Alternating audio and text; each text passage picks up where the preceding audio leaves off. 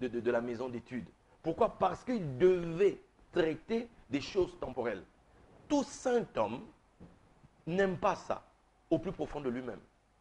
Parce que nous savons au plus profond de nous-mêmes vers quoi nous attire l'esprit, vers les hautes sphères de spiritualité, vers les hautes sphères des moments d'intimité avec lui. Mais le problème, c'est que nous sommes sur terre et il y a des circonstances, il y a des situations qui requièrent à certains moments que vous puissiez vous y intéresser. Mais ça, les gens autour de nous ne peuvent pas le comprendre. Les gens ne peuvent pas le comprendre, docteur. Je suis d'accord avec vous. Oui. Mais aujourd'hui, lorsque vous avez une assemblée, par exemple, d'hommes de Dieu, du Congo ou de Kinshasa ou à Lubumbashi, la situation est presque la même partout. Vous les écoutez. Devant les fidèles, hein, ces hommes de Dieu, devant les fidèles qu'ils encadrent, quel regard eux portent par rapport à l'avenir de l'Église dans notre pays, l'Église de réveil? Bien, je vais répondre autrement, en fait. Je vais prendre un autre chemin, qui est celui-ci.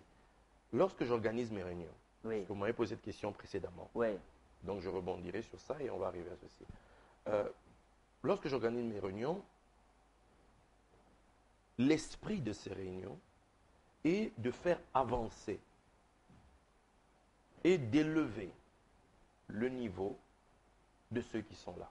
Si ce que je dis, Même les pasteurs autoproclamés, parce qu'il y en a peu importe, sans connaissance aucune et qui deviennent pasteurs le lendemain matin. peu importe. Dieu parle maintenant à tout le monde, vous savez, ici à Kinshasa. Oui, peu importe. Bon, Moïse l'a dit, puisse ce peuple être composé de prophètes. Si c'était le cas, si Dieu peut parler à tout le monde, comme c'était le cas au Sinaï, où selon la tradition juive, il est dit que tout le monde a entendu la voix de Dieu, tant mieux. Imaginez 600 000 hommes, sans compter les femmes, sans compter les enfants, auraient, d'après la tradition, entendu la voix audible de Dieu. Alors, si ça peut être le cas pour le Congo, tant mieux. Tant mieux. Mais là, mon souci, il est justement là. C'est d'apporter des clés de jugement, des clés de discernement. Parce que le monde spirituel est vaste. Le monde spirituel est plein de diversité, le monde spirituel.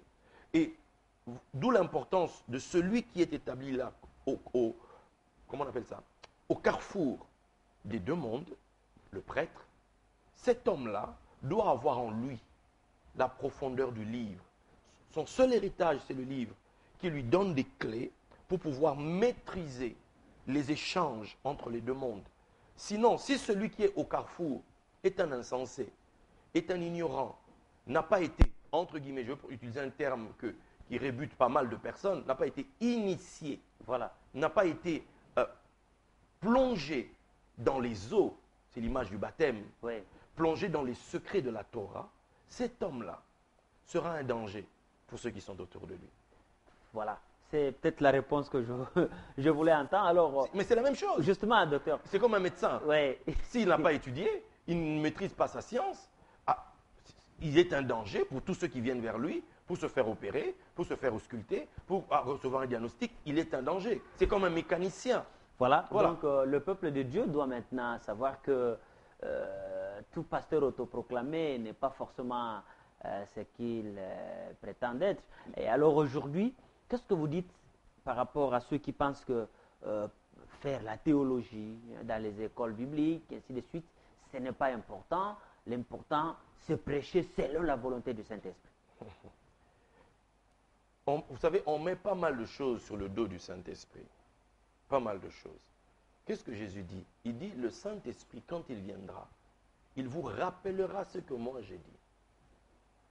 Il vous rappellera les choses que je vous ai enseignées. Quand vous lisez Paul, qui écrit à Timothée, qu'est-ce qu'il dit? Il dit, jusqu'à ce que je vienne, applique-toi à l'étude, applique-toi à l'enseignement, persévère dans ces choses, afin que, voilà, que toi-même tu sois sauvé, que tu sauves ceux qui t'écoutent. Donc, l'étude de la parole, l'étude des Écritures est importante dans un premier temps.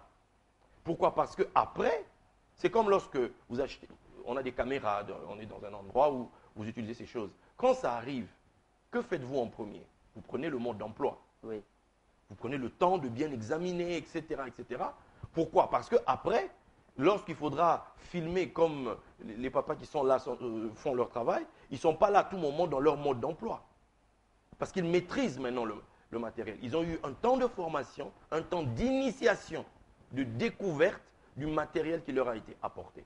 Alors, vous pensez que un séminaire d'un jour, de 2 jours suffise au Non. lieu de créer, par exemple, ce que je pense, est-ce que vous ne pouvez pas penser créer une école biblique ou, je ne veux pas parler d'une faculté de théologie, une école théologique comme ce que nous avons ici, parce que le problème aussi, c'est l'instruction, l'initiation à la parole de Dieu. Il faut que les gens sachent comment préparer un message, comment prêcher. Ça doit être pas dans l'école. Vous ne voyez pas qu'il faut vraiment créer des écoles comme ça pour que le pasteur sorte de là. Mais bon, à vous entendre, on croirait que tous les pasteurs sont comme ça. Il faudrait quand même mettre un bémol. Non, mais je Tous ne dis les pas ça, mais vous pasteurs savez ne sont que, pas comme ça. par exemple, à Kinshasa, quand vous voyez sur 100 pasteurs, au moins 90 se sont autoproclamés. Là, vous êtes- là, Les vous statistiques le disent. Non, là vous êtes dur, là.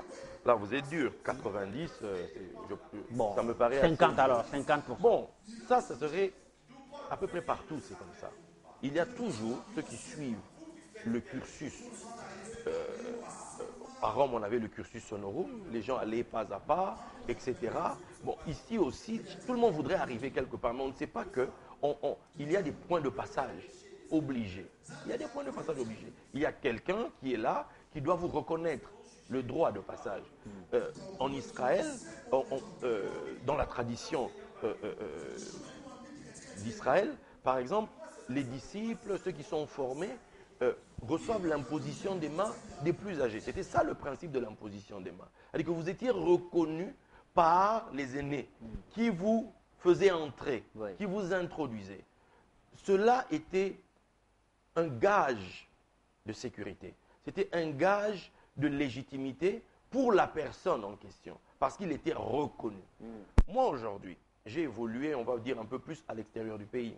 Mais quand mes aînés, en l'occurrence ici, je parle souvent de l'évêque général, mais il y a des personnes, l'évangéliste Kizamina, il y a pas mal de personnes ici avec qui je suis en rapport, que je respecte. Ce sont des aînés. Le révérend Léopold Mutombo. Voilà, il y a plusieurs personnes ici, l'apôtre Tamboulouko.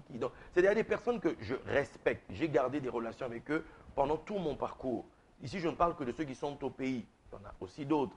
Mais je suis béni du fait que mes aînés qui ont vu mon évolution, quand ils m'écoutent aujourd'hui, disent, nous reconnaissons que Dieu travaille avec toi. Pour moi, c'est déjà un gage de protection pour moi-même.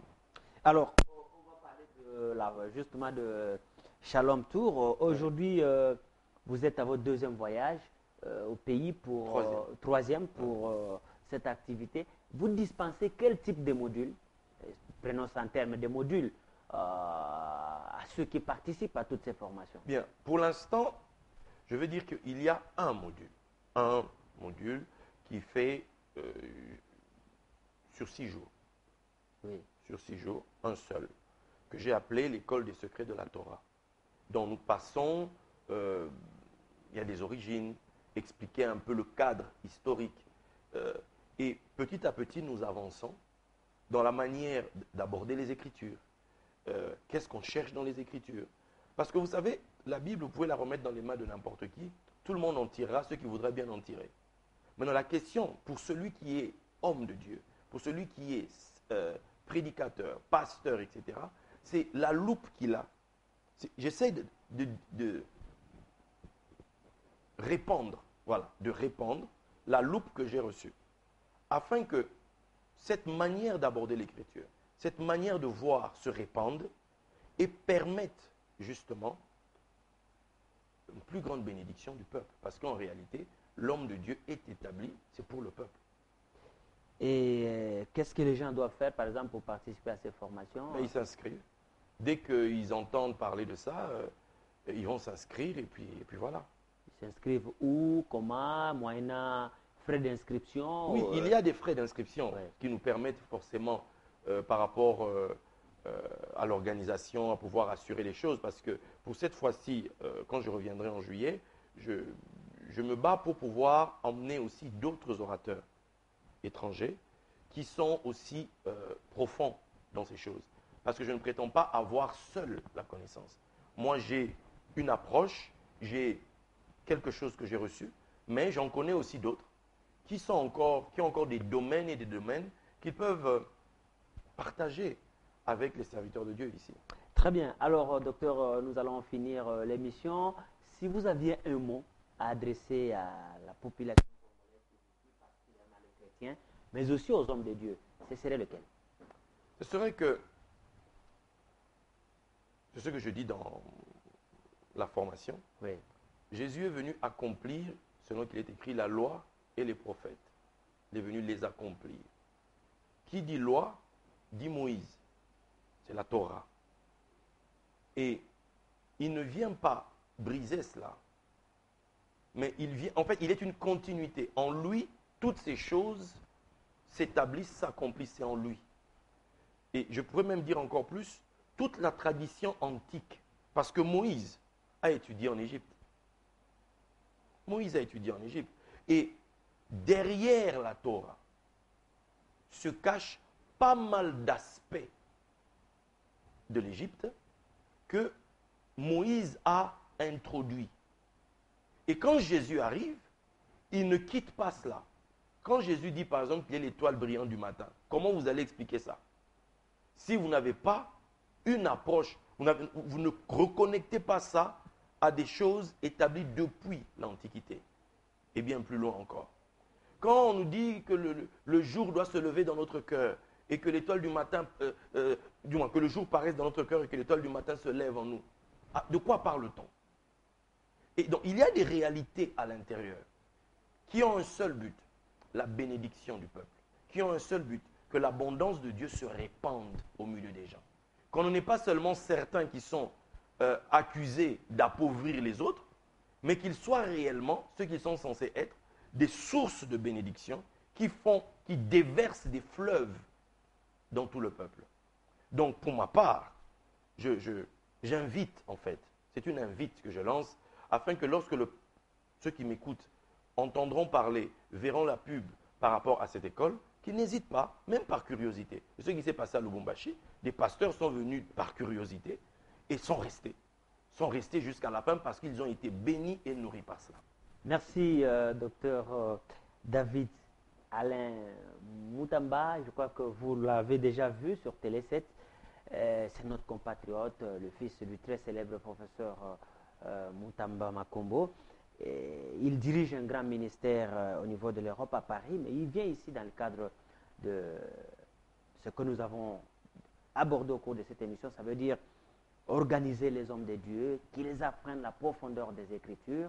Et je crois que lorsque vous allez, ce sera organisé cette fois-ci à Kinshasa, les pasteurs de Kinshasa et des autres provinces qui sont ici, qu'ils profitent de cette opportunité pour approfondir leur connaissance dans la parole de Dieu.